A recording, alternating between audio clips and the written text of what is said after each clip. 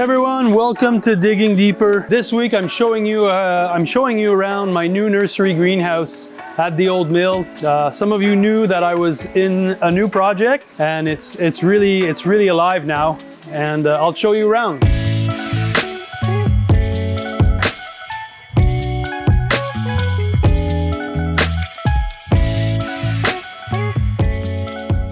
So this is my new nursery space. I just finished building a heating table so that I can start some of my seedlings. This is a heating table. It has a wire that heats inside this bench, and that's where I germinate some of my seedlings, and then I'm building some benches to put inside these mini greenhouses.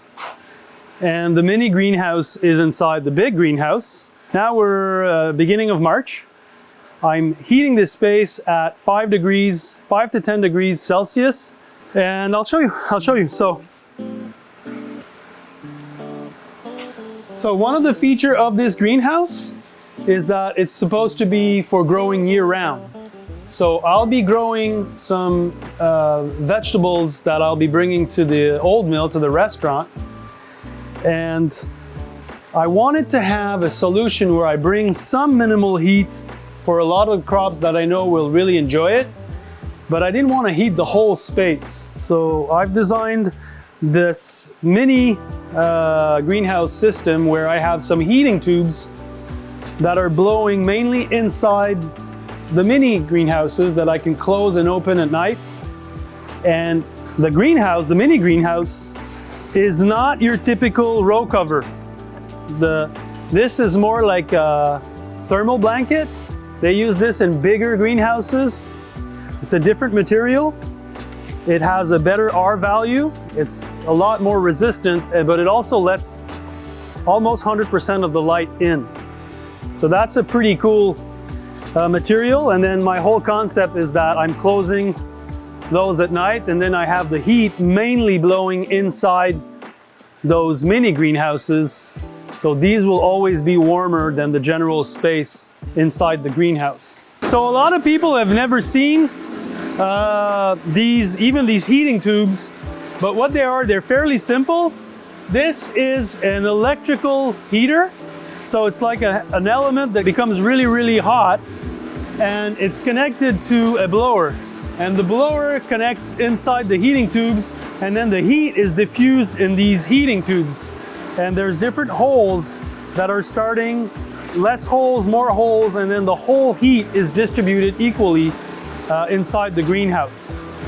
So this is something that I've done before, but to replace the propane heater with an electrical heater is something that is new and that I'm really excited about. And then we've splitted the load in two, because if one furnace breaks, I have another one.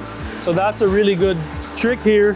It's a bit more costly, but that's the resiliency in the system.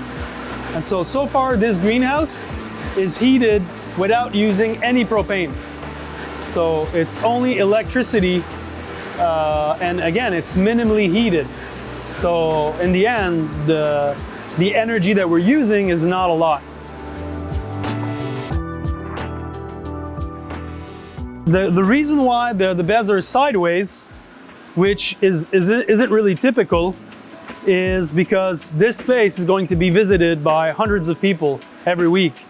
Because the old mill has a restaurant, and the whole purpose of the restaurant is to serve local food 12 months out of the year, we wanted people to be able to see what can be done, in the dead of the winter, providing fresh food, fresh veggies to the greenhouse, to the restaurant. So the walkway is for people to come and see all the different vegetables that can be grown in the winter. And for me, that's part of the whole process of educating people here in Quebec about food sovereignty for my community.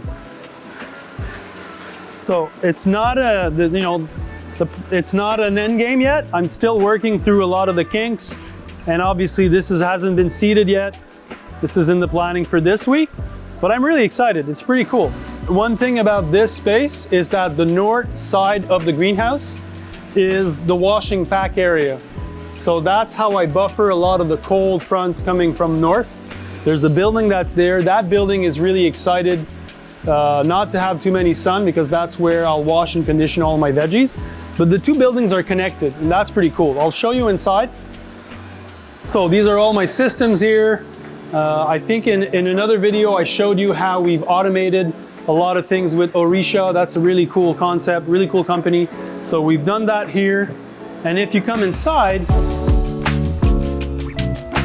you have the walk-in coolers. There's 2 of them. And then I have all my tools that are ready to barbecue here. You know, the finish setup is not done yet. This is my bioreactor, the compost brewing machine. So a lot of the work that I'll be doing here in this garden is working with compost tea. I'm also testing and trialing a lot of stuff with biodynamic solutions. So that's really exciting. And working with cultivars that I've never worked before, because in all of my market gardening career or life, you know, my end game was always, you know, to have enough production, enough quality and quantity to provide an income for my family. With the restaurant here, what I'm trying to do is really find the really nice products so that people really taste them. So that's something that I'm working into also. So that's about it. It's a pretty nice space. This is my new home, and I'm excited to share it with you. The Old Mill, check it out. The website is on. We've already started to host guests at the restaurant. We have rooms to board people. I have a whole team that's in the kitchen. They're really amazing people, and it's fun. So that's pretty much it. So this is it for this week's episode, friends. I hope you enjoyed this tour of the Old Mill. In the next few weeks, I'll be giving a free workshop. It's an online workshop on seed starting, on nursery production, a lot of my tricks, a lot of the things that you can do to really ramp up your operation. It's going to be a free workshop. Check it out. And don't forget to subscribe to the channel. Again, it gives me the signal that you guys are into this and that I should keep on sharing what I'm passionate about. Again, thank you for joining. I'll see you next time. JM out.